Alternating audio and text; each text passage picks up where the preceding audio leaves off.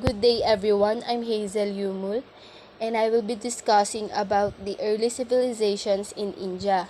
In this topic, we will learn about the impact of geography, Indus Valley civilization, migration and interaction, and the religions of India. The first one is the impact of geography.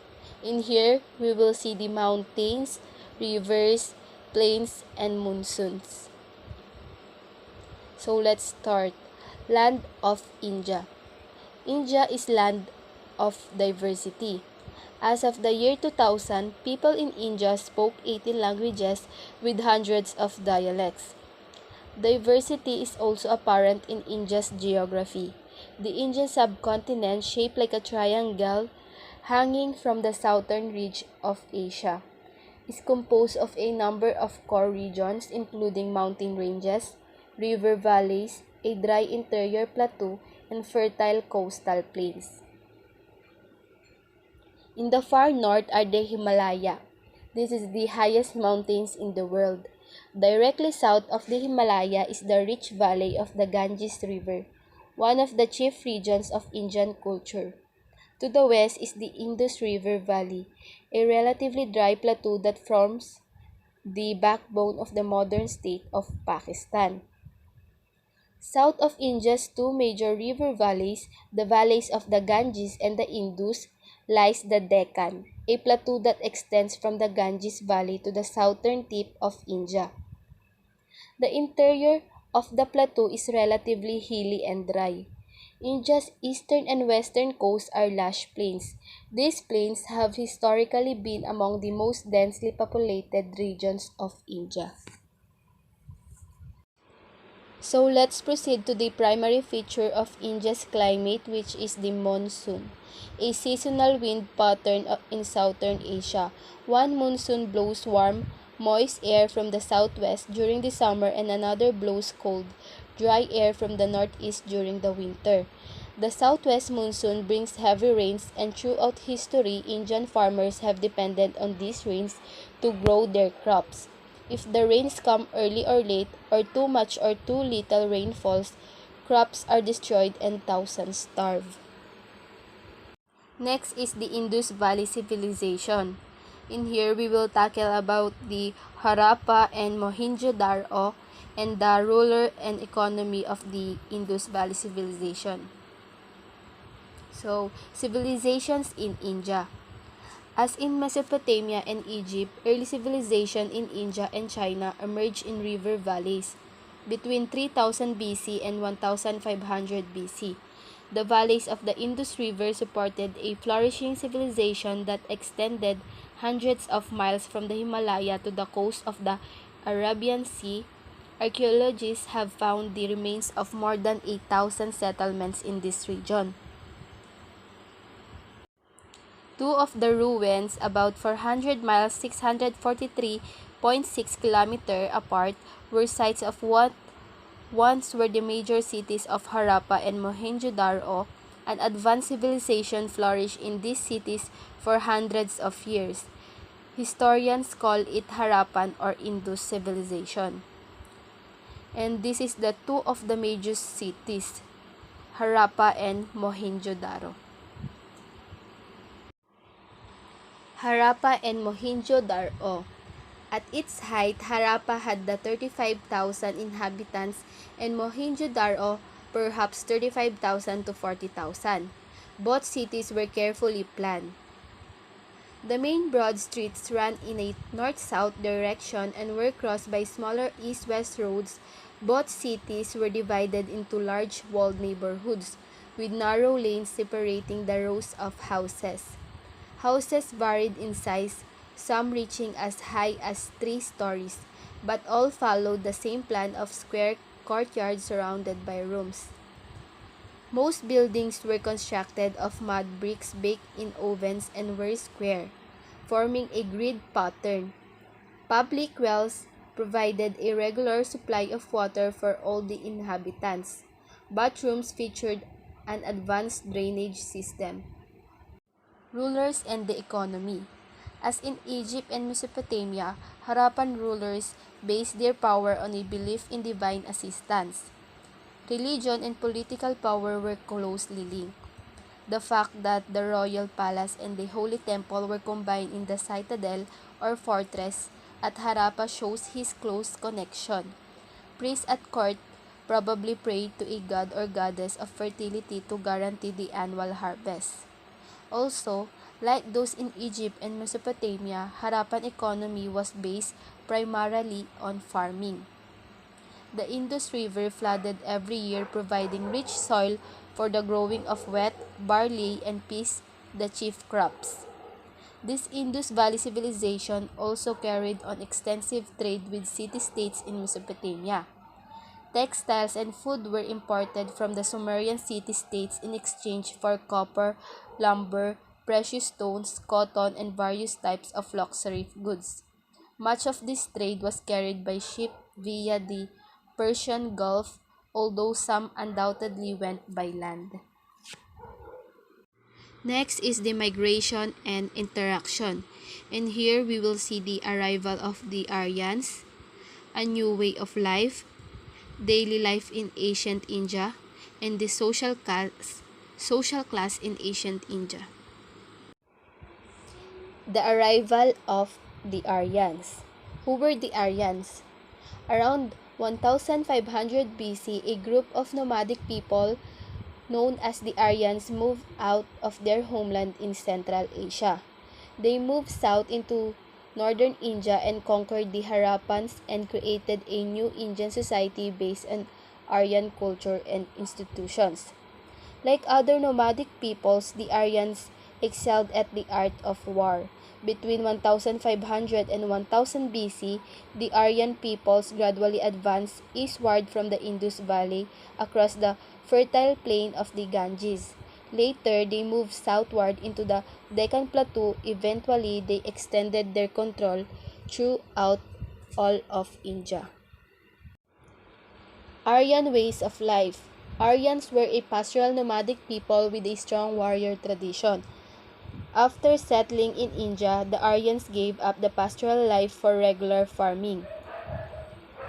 The introduction of iron led to this change, probably from Southwest Asia where it had first been used by the Hittites about 1100 BC played a role in this change. The creation of the iron plow along with the use of irrigation made it possible for the Aryans and their subject peoples to clear the dense jungle growth along the Ganges River and turn into a rich farming area. The basic crops in the north during this period were wheat, barley, and millet. The Aryans developed their first writing system known as Sanskrit. This enabled them to write down the legends and religious chants and rituals that had previously been passed down orally from generation to generation. Various Aryan leaders, known as Rajas, princes, carved out small states and attacked one another's fortresses and seized women, cattle, and treasure. Society in ancient India. The conquest by the Aryans had a lasting impact on Indian society. Out of the clash between conqueror and conquered came a set of social divisions that has lasted in India, with only minor changes to this present day. The caste system. The caste system of ancient India was a set of rigid social categories that determined not only a person's occupation and economic potential, but also his or her position in society. It was based on part on skin color. The Aryan invaders looked down on their subjects who were dark-skinned, even though the civilization of the dark-skinned inhabitants of the Indus Valley was much more advanced than the Aryan civilization. There were five major divisions of Indian classes. At the top were two castes that were clearly the ruling elites in Aryan society. These are the priests and warriors. The priestly class known as Brahmins. was usually considered to be at the top of the social scale. They were in charge of the religious ceremonies that were so important in Indian society. The second caste was the Kshatriyas or warriors. As Aryan society changed, the Kshatriyas often found a new forms of employment. At the same time, families from other castes were sometimes accepted into the ranks of the warriors. The third caste was in Indian society was the Vaisyas or commoners. Most Vaisyas were merchants who engaged in commerce or farmers caring for their land. Below these three castes were the Sudras, who made up the great bulk of the Indian population. The Sudras were not Aryans, and the term probably originally referred to the conquered dark-skinned natives. Most Sudras were peasants and people who worked at the other forms of manual labor. They had only limited rights in society, and at the lowest level of Indian society, and in fact not even considered as a part of the caste system, were the untouchable. The life of untouchables was extremely difficult. They were not considered human, and their very presence was considered harmful to members of other classes. No Indian would touch or eat food handled by untouchable. Untouchables live in gestos. When they travel outside their quarters, they were required to tap two sticks together so that others could hear them coming and avoid them. Family in ancient India. Life in ancient India was patriarchal because in most of India, the oldest male held legal authority over the entire family unit. The superiority of males in ancient India society was evident in several ways.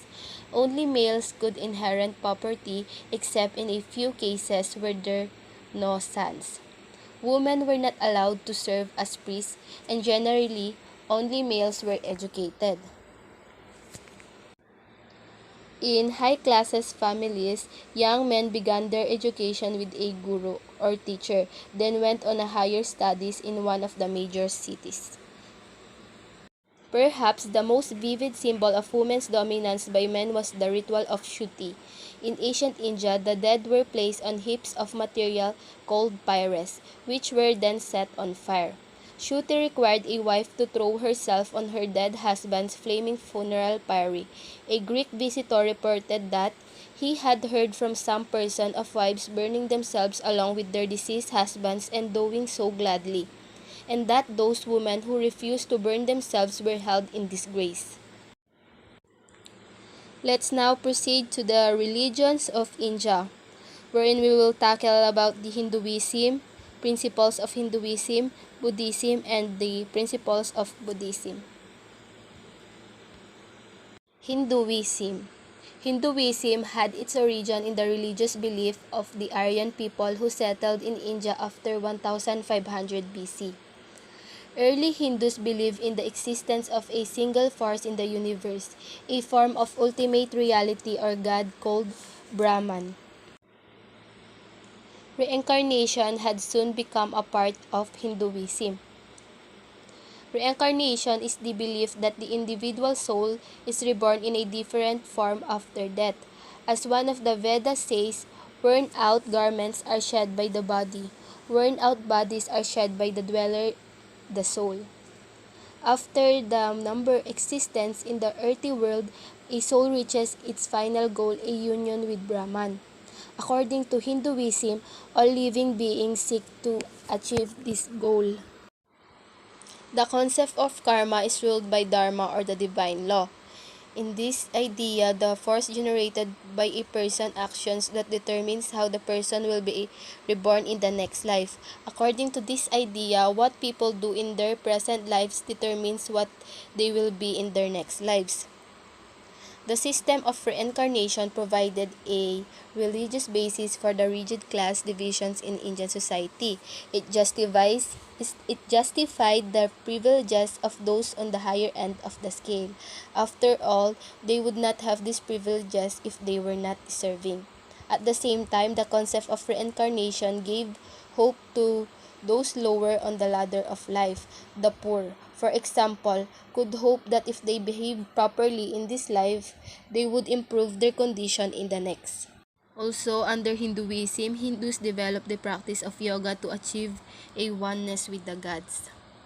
The final goal of yoga was to leave behind the cycle of earthly life and achieve union with Brahman, seen as kind of dreamless sleep. There are hundreds of deities in the Hindu religion, including three chief ones. Brahma, the creator.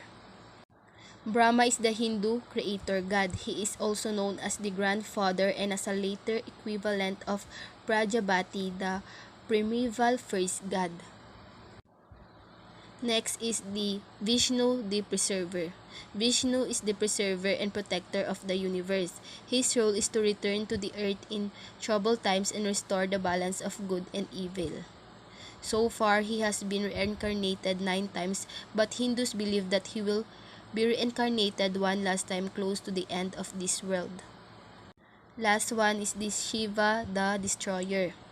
Shiva's role is to destroy the universe in order to recreate. Hindus believe his powers of destruction and recreation are used even now to destroy the illusions and imperfections of this world, paving the way for beneficial change.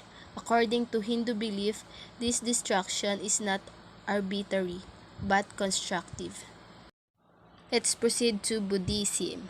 In the 16th century BC, a new doctrine called Buddhism appeared in India and soon became rival of Hinduism. The story of Buddha.